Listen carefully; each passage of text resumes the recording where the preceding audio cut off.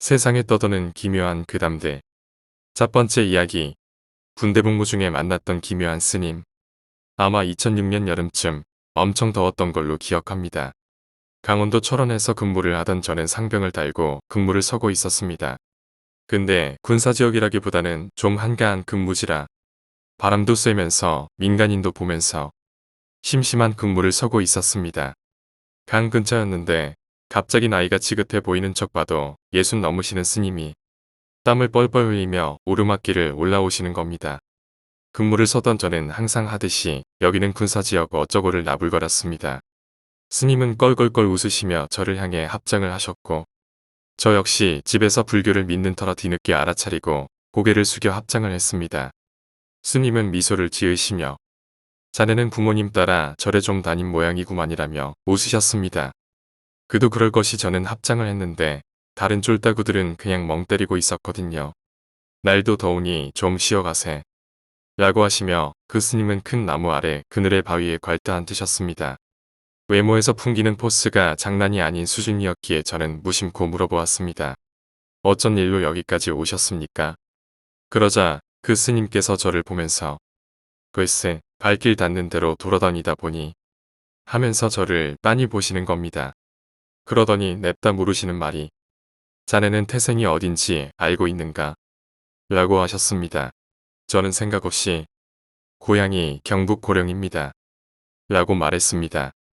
원래 저 자신에 관한 건 말하기 꺼리는 편이나 스님의 풍기는 포스도 그랬고 심심하던 차라 말벗이라도 되었으면 좋겠다고 생각한 차였습니다.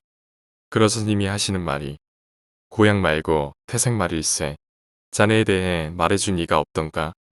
라고 저를 빤히 바라보시며 질문하시더군요. 저는 무슨 말일지 이해를 전혀 못해서 되물었습니다. 무슨 말씀이신가요? 그러자 스님께서 말씀하시길 자네 같은 사람은 처음 보네. 정말 자네를 보고 말해준 사람이 없었나. 어릴 때라도 말이야. 저는 점점 이상한 기분에 빠지는 것 같았습니다. 글쎄요. 어릴 때 어머님이 아시는 보살님이 뭐라고 하긴 했는데 기억은 전혀 안 납니다만 스님께서는 혀를 차면서 자네 같은 업을 지닌 사람은 처음 본다네. 자네 삶도 순탄하지는 않았지 싶구먼. 뭐 점쟁이들이나 사이비들이 항상 하는 말 아니었겠습니까? 저는 물론 그리 순탄한 루트를 밟아온 건 아니지만 그런 이야기는 잘하지 않는 편인데다 사람에 대한 불신이 극에 달한 사람이라 대개 남겨짚어하는 말이거니 싶어서 글쎄요 잘 모르겠네요 라고 얼버무렸습니다. 한참의 시간이 지나 스님이 발길을 다시 옮기시면서 제게 한마디 하시더군요. 자네 지금 인생은 빚지고 있는 걸세. 부디 삶을 소중히 하게. 그게 빚을 갚는 길이야. 지금 자네는 마치 날카로운 작두 위에 있는 것과 비슷해. 부디 조심하게나. 피를 볼 일이 많을 것인데 자네가 별탈 없었으면 좋겠네. 라고 하면서 합장하시고 바쁘게 걸음을 옮기며 가셨습니다. 저는 그때는 그걸 웃어넘기고 그냥 말았습니다. 그 뒤로 1개월여가 지났고 저는 그 근무지에서 근무 중 사고로 총을 맞고 말았습니다. 정말 엄청난 소리가 지나간 다음 죽을 것 같은 고통이 엄습하더군요. 헬기로 이송된 후 대수술을 거쳐서 저는 결국 폐 한쪽을 드러냈지만 살아남았습니다. 몇 주가 지나 이제 걸어다닐 수 있을 만큼은 회복된 저는 침상에 앉아서 문득 그 스님을 떠올렸습니다. 그 말씀이 대체 무슨 의미일까 하고 말이죠. 병원에 있는 내내 그 생각이 저를 지배했고 저는 재활을 앞당겨 그 해가 가기 전에 퇴원을 할 수 있었습니다. 퇴원해서 집에 도착하자마자 어머님을 붙들고 그 보살님을 찾아갔습니다. 그리고 다짜고짜 스님과의 일을 말씀드리고 이게 무슨 말인지 여쭈어 보았더니 보살님께서 한숨 쉬시면서 하시는 말이 하이고 너는 네 엄마가 매 해마다 니 때문에 절에 가서 108배하고 여기저기 다니면서 치성 드리는 거 못 봤냐? 니는 곱게 살면은 아니라고. 솔직히 내는 네가 지금 멀쩡히 돌아다니는 게 다 네 어머니 덕 때문이라고 생각해. 여기까지는 별 상관없었습니다. 그러나 이어지는 말이 충격이었습니다. 니는 살이 끼었다고 말 안 했어. 네 명줄은 물론이고 네 주위에 있는 사람도 너랑 같이 있는 것만으로도 큰일 날 수 있다. 아휴 어쩌겠어. 다 네 팔자지. 충격에 저는 그 길로 집으로 돌아온 뒤 심한 대인기피증에 시달렸고 정신병원에 입원을 하는 등 별일을 다 겪었습니다. 어느 날 병실에 어머니가 와서 제 손을 잡고 눈물을 흘리시면서 아이고 네가 5살 때 열병으로 혼수상태 되었을 때 다 포기하라고 하더니 그 개고생을 해서 살렸더니 이게 무슨 일이고 전 어머님을 다독거리면서 한참을 그냥 있었습니다. 어머님이 읽고 정신을 차리시고 하시는 말씀이란 제가 어릴 때 큰 열병을 앓을 때 그 보살님이 말씀하셨었다더군요. 그 아이를 포기하는 게 좋을 거다. 그 아이는 살아나도 쉬운 삶을 살기는 어려울 거다.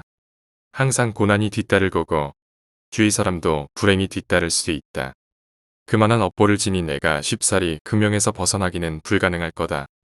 하지만 전 기적적으로 살아났고 그 뒤로도 수많은 사고가 뒤따랐지만 수많은 흉터와 수술을 거치며 살아났습니다. 저는 병원에서 퇴원했고 그 뒤로 자주 절에 가서 절을 하고 기도를 드리면서 사람과의 만남은 여전히 꺼리며 살고 있었습니다. 어느 날 기림사에서 절을 드리고 나오다 근무 중에 만났던 그 스님을 다시 뵈었습니다.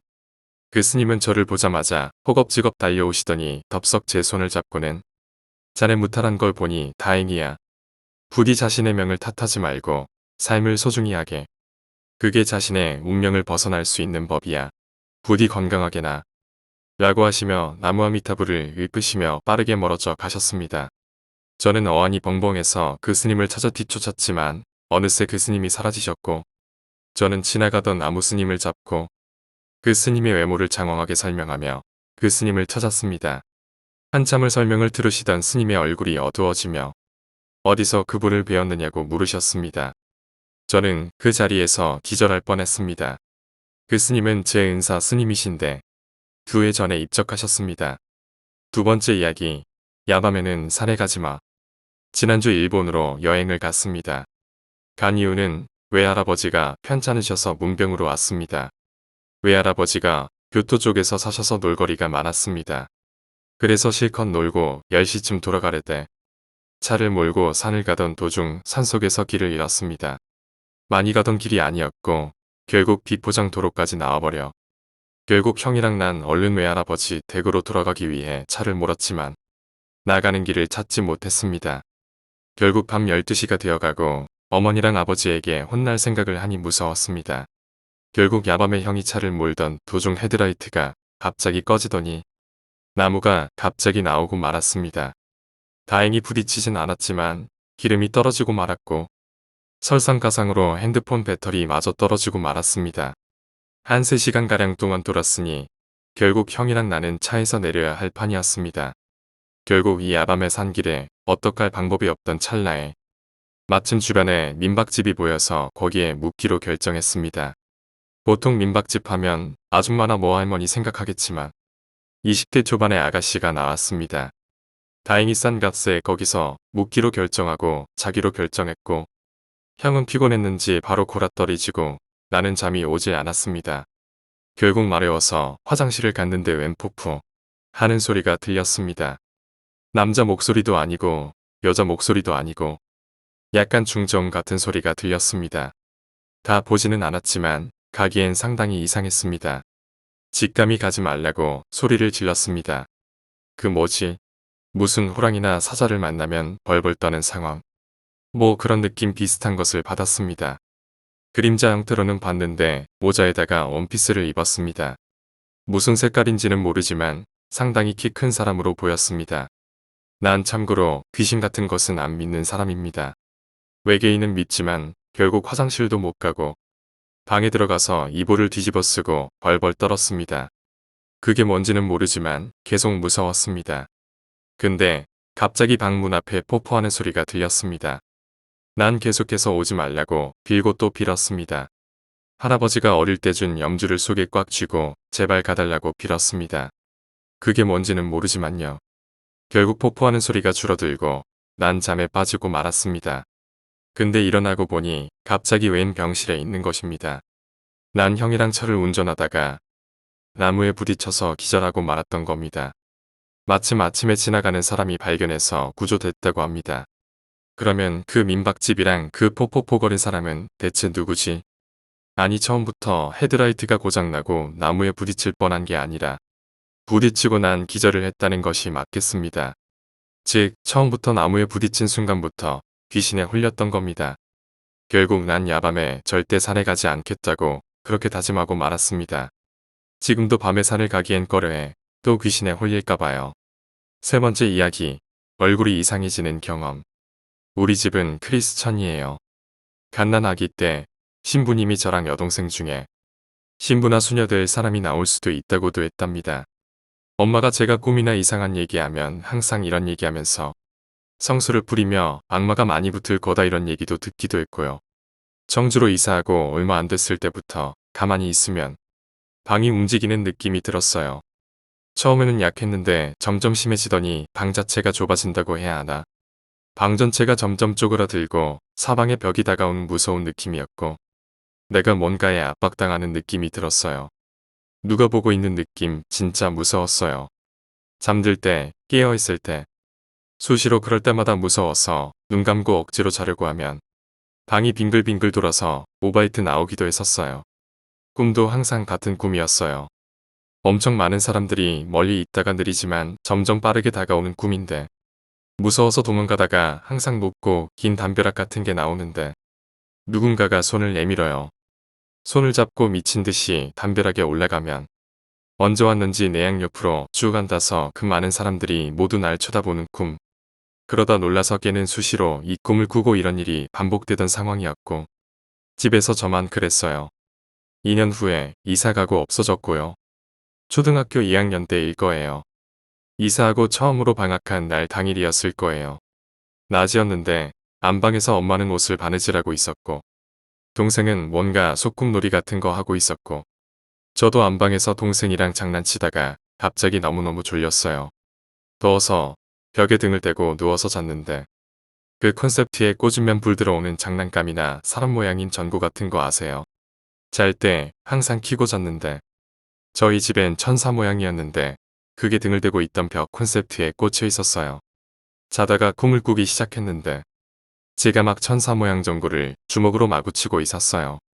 뭔가 화가 난 것 같은 느낌이었고 욕도 맞겠던 것 같아요. 강하게 손이 부러져라 치고 있었는데 계속 치다 보니 엄마가 절 눕히고 목소리는 들리지 않지만 뭐라고 하고 있었고 동생은 울고 있었어요. 근데 그 상황이 뭔가 욱해서 엄마 얼굴을 막 때리고 엄마는 제 팔을 계속 잡고 저는 분해서 씩씩거리다 다시 잠이 드는 꿈. 그리고서 깼는데 동생은 제 얼굴을 몇 번을 확인을 하고 오빠 돌아왔다. 이러고 엄마는 제가 아무리 물어봐도 아무 말도 안 하셨어요. 꿈이라고 잊어버리고 있다가 몇 년 후에 생각이 나서 여동생한테 기억나냐고 물어봤는데 네가 한 게 맞다고 꿈 아니라고 그때 얼굴이 안 잊힌다면서 말해줬는데 그 당시 제 얼굴이 눈은 그대로인데 양눈썹 끝부분이 환한 것처럼 올라가 있고 인상 쓰면서 소리 지르는데 입은 웃고 있었다고 해요. 눈썹 자체가 그렇게 생겨먹질 않았는데 소름이 돋더라고요. 엄마는 아직도 그 얘기 꺼내면 제대로 얘기를 안 하세요.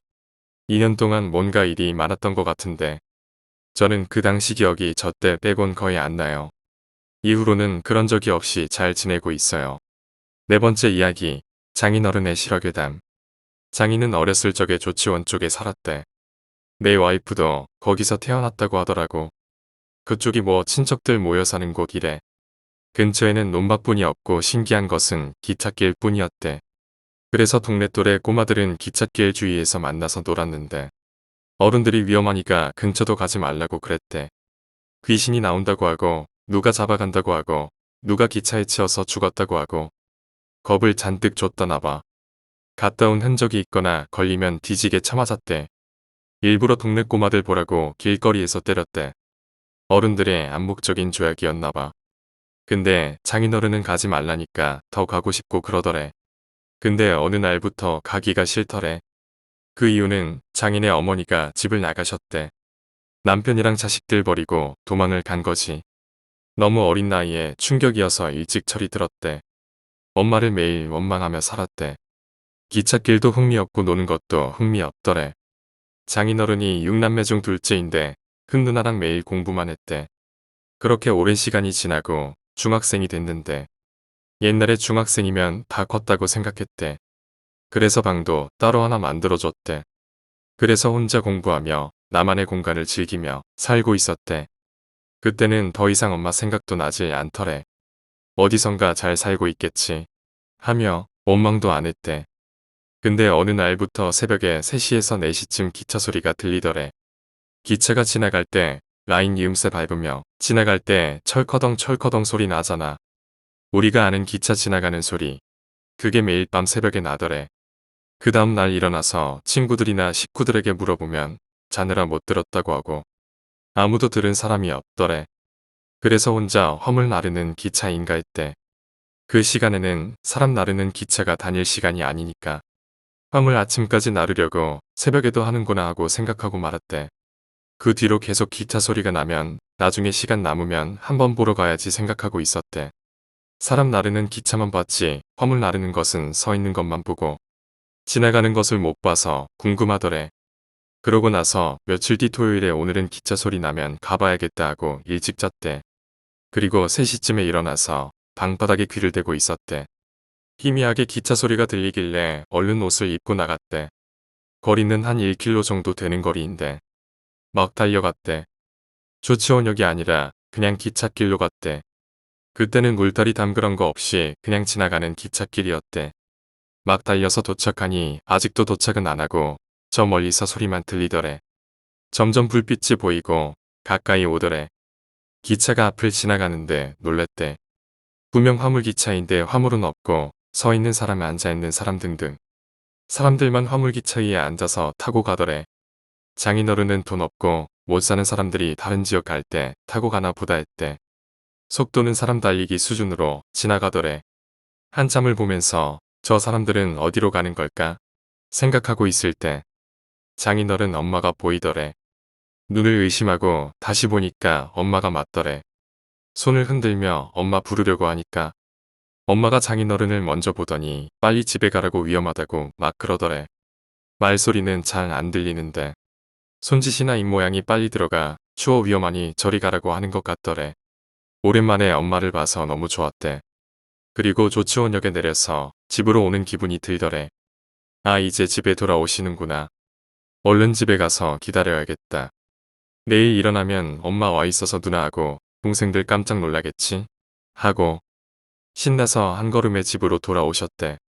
그리고 방에 들어가서 자는 척하면서 엄마 발자국 소리만 기다렸대.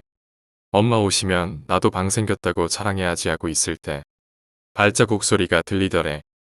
그래서 조용히 듣고 있었는데 장인어른 아버지가 누구요? 그랬대. 그러자 들리는 목소리는 어떤 남자더래.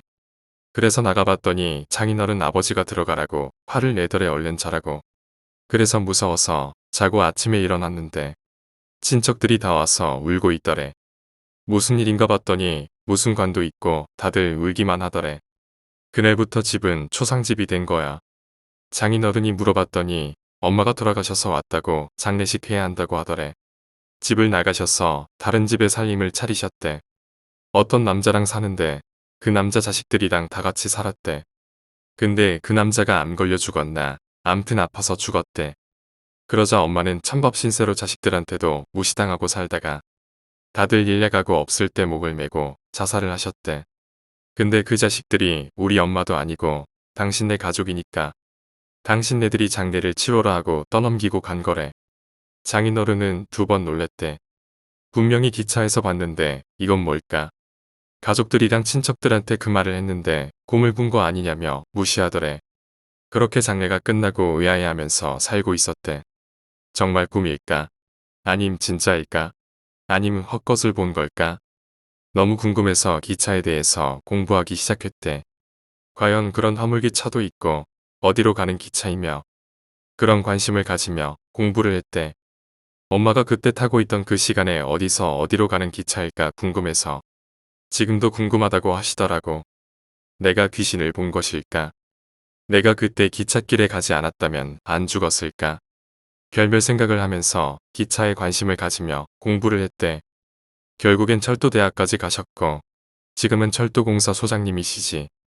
이 얘기를 하시면서 옛날 생각나시는지 눈가가 촉촉해지시더라고. 장모님도 처음 듣는 이야기라며 무섭다고 하고 그래서 철도회사에 들어갔냐고 처음 알았다고 하시더라고. 근데 나는 와이프한테 자기 할머니 자살로 돌아가셨단 얘기는 들었거든. 그리고 장인어른 첫 근무지가 조치원역이었던 것도 들었었지. 5번째 이야기, 공연장의 귀신. 몇 달 전에 사수에게 들었던 이야기입니다. 예전 있던 공연장에서 있었던 일이었습니다. 사수는 음향감독으로 공연을 하고 있었습니다. 그 공연장은 조종실이 객석 바로 뒤에 있는데 객석에서 약 2m 정도 높이의 조종실이 있습니다. 그늘도 여느 때와 같이 공연하던 도중 객석 쪽으로 이상하게 눈이 가서 밑을 봤더니 조종실 난간에 5, 6살 난 꼬마애가 턱을 대고 싱글거리면서 사수를 보더랍니다. 관객 중에 한 명이겠구나 생각을 하고 공연을 진행하다 퍼뜩 생각해보니 그 높이는 어른들도 매달리기 힘든 높이였습니다. 다시 난간을 보니 애가 아직 매달려서 싱글거리며 쳐다보는 걸 보고 사수는 굳어버렸습니다. 그때 무대 위에서 으악거리는 비명소리가 들리고 웅성거리는 소리에 정신을 차리고 앞을 보니 배우 한 명이 기절하고 공연이 잠깐 중단되었습니다. 공연은 곧 다시 들어갔고 사수는 밑을 쳐다보지 않고 공연을 끝냈다더군요. 다 끝나고 스태프들과 배우들이 모여 기절한 배우에게 뭐 때문에 기절했냐고 물었더니 그 배우가 말하길 조종실 난간에 한 꼬마애가 매달린 걸 보고 쳐다보는데 갑자기 그 애가 몸은 그대로고 얼굴이 180도 돌려서 자기를 째려보더랍니다. 더욱 소름 끼친 건 어둡고 먼 거리임에도 뚜렷하게 보였고 바로 옆에서 말하듯이 애가 말하더래요. 봤구나. 그 말을 듣고 그 배우는 기절했고 이 일이 있은 후 몇 번이고 이 어린애가 공연장을 돌아다니는 걸 목격했다더군요. 어떤 일로 이러는지 모르지만 갑자기 이야기가 생각나게 된 건 지금 공연하고 있는 공연장 수리로 인해 몇 주 후 그 극장으로 잠시 이동한다더군요. 저도 그 꼬마를 보게 될까요? 6번째 이야기, 슈레딩거의 아들. 몸속의 모든 세포들이 휴식을 갈구하던 그날 밤. 저는 언제나처럼 첫 번째 일자리를 떠나 2번째 직장으로 걸음을 옮겼습니다. 저의 병신 같던 전 남편이 짓거리던 말들 중에 유일하게 옳았던 말처럼 돈은 나무에서 열리지 않고 산더미처럼 쌓여가는 고지서들은 가만히 둔다고 스스로 해결될 리가 없었으니까요. 전 집 밖으로 나서기 전에 제가 고용한 젊은 부모 이름은 제이였죠. 제이에게 평소와 다름없는 다짐을 받아냈습니다. 9시까지는 제 아들님을 재울 것. 무슨 문제가 일어났다면 바로 전화할 것. 그 다음엔 냉장고 안에 있는 음식들은 마음대로 먹어도 된다고 말했죠. 그리고 지나가는 듯한 말투로 제 방의 침대 옆 서랍장에 보관해둔 총의 위치를 알려주었습니다. 아무리 방심하지 않는다고 해도 빈틈은 손쉽게 생겨나는 편이었으니까요. 그 말을 들은 제이의 얼굴은 사색이 되었고 저는 아직 어린 여자아이에게 겁을 줘버린 것을 살짝 후회했습니다. 그러나 지금 제가 살고 있는 이 마을에 아직도 살인마 조시아가 배회하고 있는 한 제 아들의 안전이 제일 중요했거든요. 천사 같은 애매 보드라운 볼에 키스를 하고 작별 인사를 한 뒤 출근했습니다. 전 위스콘신 서부에 있는 나주샤의 변두리에 위치한 리젠 호텔의 안내원이었어요. 손님들은 그리 많지 않아서 일을 하는 동안은 느긋한 느낌이었죠. 전 그 시간을 이용해 지금 현재에 대한 고민을 마음껏 했습니다. 넘쳐났죠. 데스크 아래에 붙여놓은 애의 1년 전 사진. 6살 생일 파티에서 찍은 사진을 바라봤어요. 너무나도 예쁜 아들의 얼굴이 그동안 지내온 시간을 다 거짓으로 느끼게 해줬어요. 완벽한 순수함이라는 가면으로 폭력적인 아버지가 그의 영혼에 남긴 상처를 가려냈죠. 망할 아버지란 새끼는 감옥에 처박혀 있어 나올 기미가 안 보이고 무조건적인 애정을 약속하는 엄마라는 존재가 애매 곁에 있는 한 그는 안전하다고 믿었어요. 제 눈에 넣어도 안 아플 M은 제가 살아가는 유일한 이유입니다. 미치도록 지겨운 이 직업과 등뼈가 휘도록 힘든 다른 직장도 오로지 그를 위해서 계속 다니는 거죠. 행복한 미래를 위해 어두웠던 과거를 뒤로하고 함께 노력하고 있었어요. 정말로 즐거운 나날들이었습니다. 그러나 내 걱정 탓에 긍정적인 생각들은 곧 사라져버렸어요. 아침에 읽던 신문에 실려있던 기사처럼 그 살인범은 지금 1년째 잡히지 않은 상태였습니다. 그의 피해자들은 여대생들이란 것도 알고 있었지만 모든 엄마들의 주특기가 그거잖아요. 쓸데없는 걱정하는 것. 죽은 피해자들의 설명을 읽는 것도 절대 도움이 되지 않았죠. 한쪽 귀에서부터 반대 귀까지 목을 그어버렸다는 이야기는 내 아이에 대한 걱정으로 가득 차게 만들었어요. M에게 무슨 일이 생기거든 제가 무슨 일을 벌일지 저조차도 알 수 없었어요. 근무 시간이 1시간 정도 남은 상황에서 걱정은 커져만 갔죠. 어떻게 제이와 내 아들을 단둘이 집에 놔둘 수가 있었던 거지? 그녀도 이제 곧 대학생이 될 나이잖아. 키도 160 정도에 40kg이 될까 말까 하는 체구인데 누가 집에 쳐들어온다면 엄마의 직감이 뭔가 잘못됐다고 내게 알려주고 있었어요. 정신을 차리고 보니 저는 이미 제 상관에게 오늘은 일찍 집에 가겠다고 알린 후 차에 타 집으로 정신없이 운전을 하고 있었어요. 그래도 결국 운전하는 중 어느 정도 제정신으로 돌아왔어요. M은 침대에 누워서 잘 자고 있을 거야. 말도 안 되는 걱정으로 1시간의 근무 시간을 떼버려 시급을 덜 받게 될 나 자신에게 화가 났죠. 주차장에 차를 주차할 때쯤엔 모든 걱정이 사라져 있었어요. 얼른 M의 조그마한 이마에 굿나잇 키스를 해줄 생각이 들다 현관문을 열어 제꼈습니다. 현관을 지나 부엌으로 걸어 들어간 순간 그 자리에 멈춰 섰어요. 이건 아니잖아. 저번에 집안을 엉망으로 해놨다는 이유로 제이에게 잔소리를 한 적이 있어요. 정리강박증이라 할 수도 있지만 그녀는 정말 엉망이었죠. 아무데나 놓여있는 그릇대, 바닥에 무릉덩이처럼 고여져 있는 케첩까지. 제이가 TV를 보고 있을 거라 예상되는 거실로 발걸음을 옮겼어요. 제가 퇴근을 해 집에 올 때쯤이면 항상 거기에 있었으니까요. 소파에서 곤히 잠들어 있는 그녀를 보고 전등을 켰어요. 목이 어떻게 잘렸는지 설명을 읽는 것과 그걸 직접 보는 것은 비교할 수 없습니다. 영화에선 그 상처를 너무나도 깔끔하게 보이게 하거든요. 제이의 목에 그어져 있는 선은 정교하지 않았어요. 들쭉날쭉 엉망이었죠. 이미 죽은 제이의 얼굴에 생긴 찡그리며 웃는 듯한 입술 모양의 칼치. 젊음과 미래가 가득했던 밝은 눈빛에 푸른 눈동자는 생기를 잃은 채 멍하니 허공을 응시하고 있었습니다. 저는 그 자리에서 못 박힌 듯 멈춰버렸어요. 쿵쿵쿵. 지하 계단에서부터 무거운 발소리가 울려 퍼져왔습니다. 당장이라도 제이를 죽인 살인범이 무방비 상태의 저를 거실에서 찾아버리겠죠. 저는 제이와 같은 운명을 맞이하고 M은 아마 고아로 자라날 거예요. 그 생각은 너무나 끔찍해 저를 움직이게 만들었어요. 2층으로 이어지는 계단을 기어 올라가 M의 방문이 닫힌 걸 확인하며 제 방으로 달려갔습니다. 그가 제발 무사하게 빌며 제 발걸음이 복도에 깔린 나무장판을 내리찍을 때마다 점점 빨라지는 살인마의 발소리가 들려왔어요.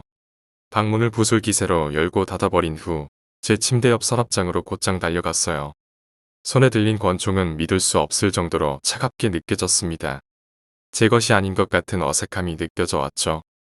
방아쇠에 손가락을 올려놓는데 탄창이 없는 게 느껴졌어요.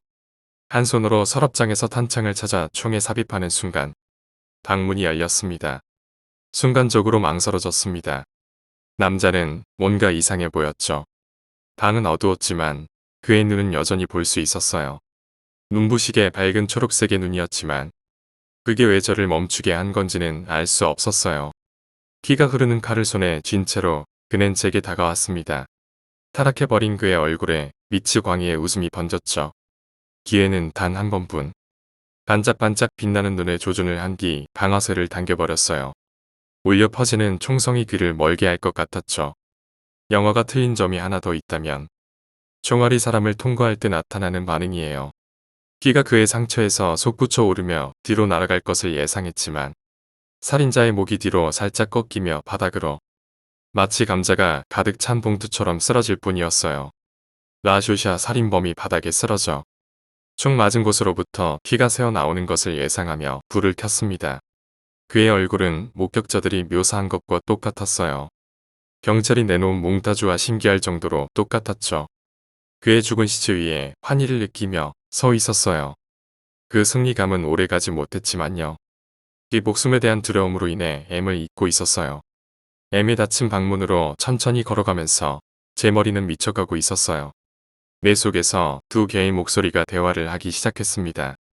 거기 안에 들어가 보면 그는 이미 죽어 있을 거야. 알잖아. 아니, 죽지 않았어. 살인마가 먼저 그를 죽인 다음에 제이를 죽인 거야. 넌 엄마로서 실격이야. 아냐, 그는 어린 여자애들만 죽여. 좋아. 그렇다고 쳐. 그렇다면 M은 왜 방에서 아직 안 나온 거야? 총소리를 들은 후에도 그 소리가 그가 밖으로 나오지 않은 이유야. 엄청 겁먹었겠지. 그에게는 지금 엄마가 필요해. 그렇게 확신한다면 왜 문을 열고 들어가서 그를 다독여주지 않지? 지금이라도 문을 열고 방으로 들어가 M을 안아줄 생각으로 문 밖에서 문고리에 손을 올리고 서 있었습니다. 뭔가가 날 거기에 서 있게 했어요. 만약에 제 머릿속에서 들려온 목소리가 옳다면, 내 애기가 저 문 뒤에 정말로 죽어 있다면, 만약에 제가 문을 열고 들어갔을 때 M이 바닥에 널브러진 채 살해되어 있다면 제 인생은 끝이에요. 그래서 저는 묵묵히 계단을 내려가 부엌에 앉아 제 다음 행동을 고민했습니다. 시계를 봤어요. 새벽 3시. 3시간 동안 무얼 할지 고민하며 생각에 잠겨 있었습니다. 머릿속에서 울려 퍼지는 대화는 점점 공격적으로 변하고 있었어요. 방에서 아직 나오지 않은 이유는 그가 뒤져버려서요. 알잖아. 아빠한테서 그를 보호하지 못하더니 결국 죽음에서부터 그를 보호하지 못했구나. 넌 실패자야. 닥쳐. 아니, 어제 들려온 소리들 때문에 긴장하다 피곤해서 아직까지 자고. 그래, 아직까지 자고 있는 거야. 진짜 자고 있는 거라고. 왜 아직까지 경찰을 부르지 않았어? 그건 그 소란들 때문에. 이미 M은 아버지 때문에 경찰이나 그런 거에 이미 충분히 무서워하고 있어. 경찰 사이렌 소리와 불빛으로부터 그를 일어나게 하지 않을 거야. 2~3시간 있으면 일어나겠지. M이 보지 못하게 시체들을 지하로 끌어내린 다음에 그가 학교에 간 후에 경찰에게 전화를 할 거야. 미친 짓이군. 그냥 문을 열고 현실을 닥치라고. 제시카의 시체를 먼저 지하로 끌고 내려갔습니다. 쉬웠죠. 제가 지금 무슨 짓을 하고 있는지 생각하지 않으려고 했었어요. 제 손에 잡혀 이는 살덩어리는 몇 시간 전만 해도 희망과 미래에 대한 꿈으로 가득 차 있었죠. 그녀를 바닥에 눕힌 뒤 담요로 몸을 덮었습니다. M을 깨우지 않으려고 계단을 조심스레 올라간 후 살인자의 몸을 끌어내기 시작했습니다. 아니, 끌어내려고 했죠. 제 힘으로 하기엔 너무 무겁더군요. 그를 지하로 옮길 방법이 없어 그냥 시트를 덮어버렸습니다. 어차피 오늘 밤만 여기 있을 거니까요. M을 학교에 데려다 준 후엔 경찰의 소관일 거예요. M의 방을 지나 1층으로 내려왔습니다. 그의 조그만 머리가 베개에 기다 자는 모습을 상상했어요. 순간적으로 그의 목이 길게 찢겨 있는 이미지가 상상됐지만 금세 털어냈습니다. M의 잠자는 얼굴을 상상하며 부엌에 앉아 잠이 들었어요. 눈을 떠 가스레인지 위에 있는 시계를 봤습니다. 오전 10시 24분. 젠장. M이 학교를 놓치겠군요. 제 핸드폰을 봤지만 수십 통의 문자와 부재중 전화는 무시해버렸습니다. 그리고 가스레인지 앞에 서 2명을 위한 아침을 만들기 시작했죠. 왜 M을 위해서 아침을 만들어? 몇 분 있으면 저 계단을 타고 내려와 엄청 배고파 할 거야. 어떤 엄마가 아침을 만들어 놓지 않겠니? 그럼 올라가서 그를 깨우지 그래? 아직 자고 있잖아. 그래. 자고 있어. 좀 더 휴식이 필요하면 그렇게 해도 되잖아. 그가 일어나기로 마음먹었을 때도 그의 아침은 그를 기다리고 있을 거야. 아니, 넌 그냥 그의 주. 닥치라고. 제 머릿속에선 헛소리들이 오고 갔고 전 부엌에 앉아 있었어요.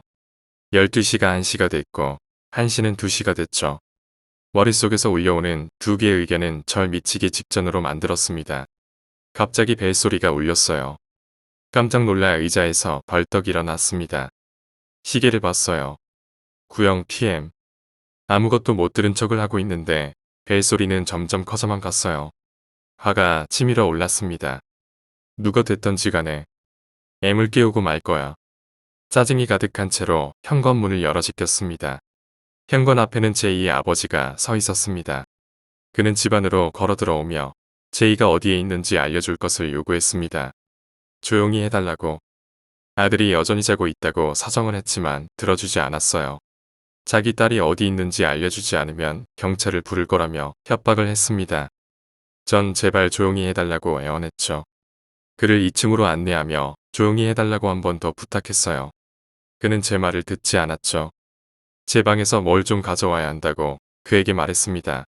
그는 문 밖에서 계속해서 소리 지르며 난리를 치고 있었어요. 총은 너무 시끄럽겠죠.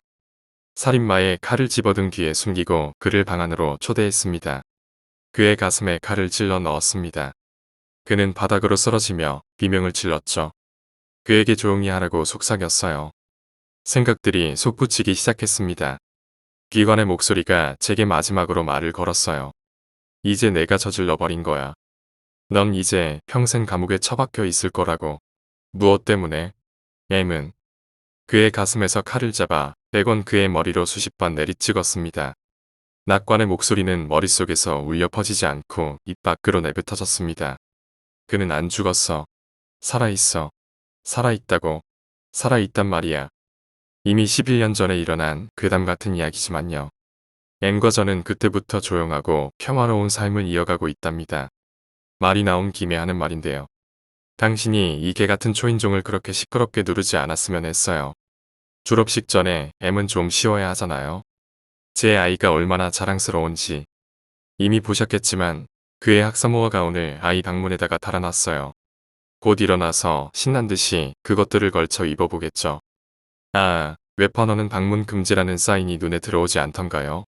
당신의 가방 안에 들어있는 쓸데없는 물건이 제 아들의 수면보다 더 중요하게 느껴지던가요?